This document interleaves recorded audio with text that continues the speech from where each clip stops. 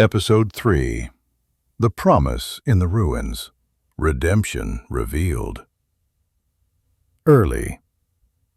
The story of the Bible does not pause after the fall. It moves forward. This is one of the most important truths many readers miss. Genesis does not end with exile and despair. It continues with a promise, spoken quietly, almost easily overlooked, but carrying the entire weight of redemption. In the midst of judgment, God reveals a plan, not a reaction, not an adjustment, a plan. A promise spoken to the enemy. After humanity's rebellion, God addresses the serpent, and in doing so, he speaks words that echo through the rest of Scripture. I will put enmity between you and the woman, and between your offspring and hers.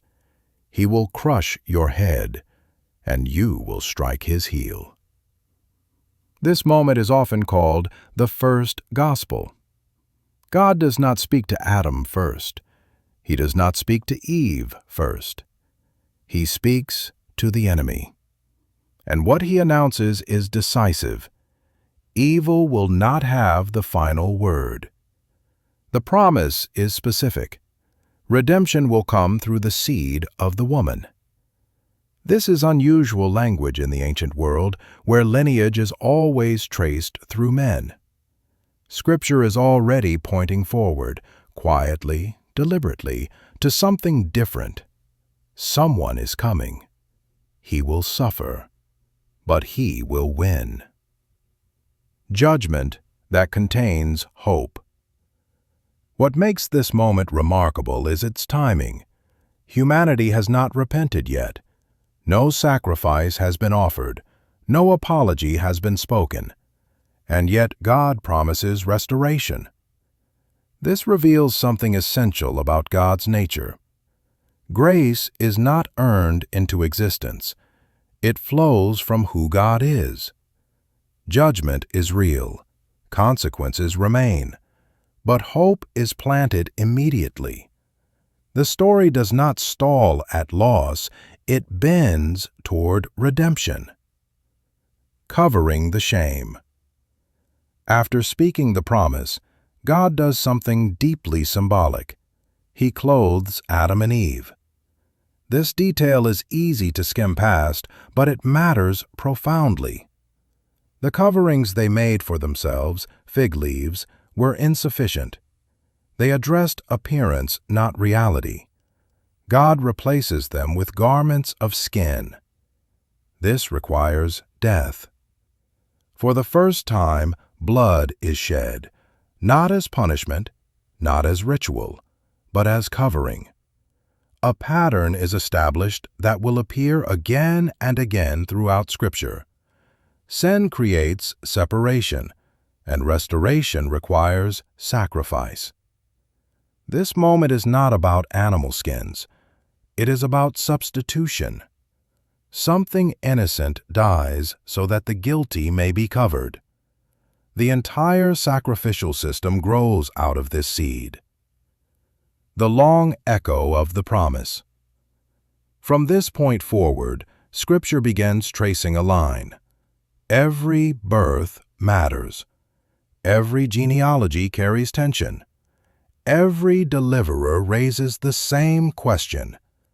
Is this the one? The promise narrows slowly, from humanity to a family, from a family to a nation, from a nation to a lineage. The story does not rush. God is teaching humanity something vital. Redemption will not come through strength, speed, or human wisdom. It will come through God's timing, and often through unexpected people. Why the plan had to unfold slowly. One of the hardest questions people ask is why God didn't simply fix everything immediately. Scripture answers this not with philosophy, but with story. Humanity needed to learn that knowledge does not heal the heart, that law cannot remove guilt, That power does not cure pride. That effort cannot restore relationship. The long road between Eden and Christ is not wasted time. It is preparation. God allows humanity to try every alternative, only to discover that none of them heal the fracture. Redemption will not be a human achievement. It will be a gift. The seed theme that never leaves. The seed of the woman promise becomes a thread woven through the Bible. A child born to a barren woman, a younger son chosen over the older, a shepherd elevated above kings, a servant who suffers rather than conquers. Again and again, God chooses weakness to reveal strength. This is not coincidence. It is consistency. The promise is unfolding exactly as spoken. Why this episode matters. Without this promise, the Bible becomes a tragedy. With it, Scripture becomes a rescue story. Genesis is not merely explaining how the world broke. It is explaining why hope exists at all.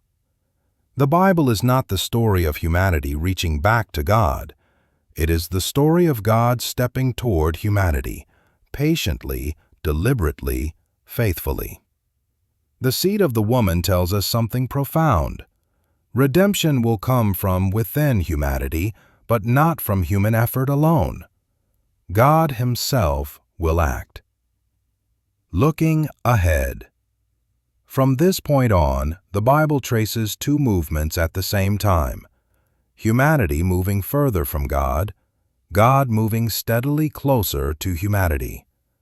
The tension grows. The waiting stretches. The promise remains. In Episode 4, we will follow what happens next, how separation spreads, how corruption multiplies, and why the world grows darker even as God's promise quietly moves forward. Because redemption was never abandoned. It was always underway.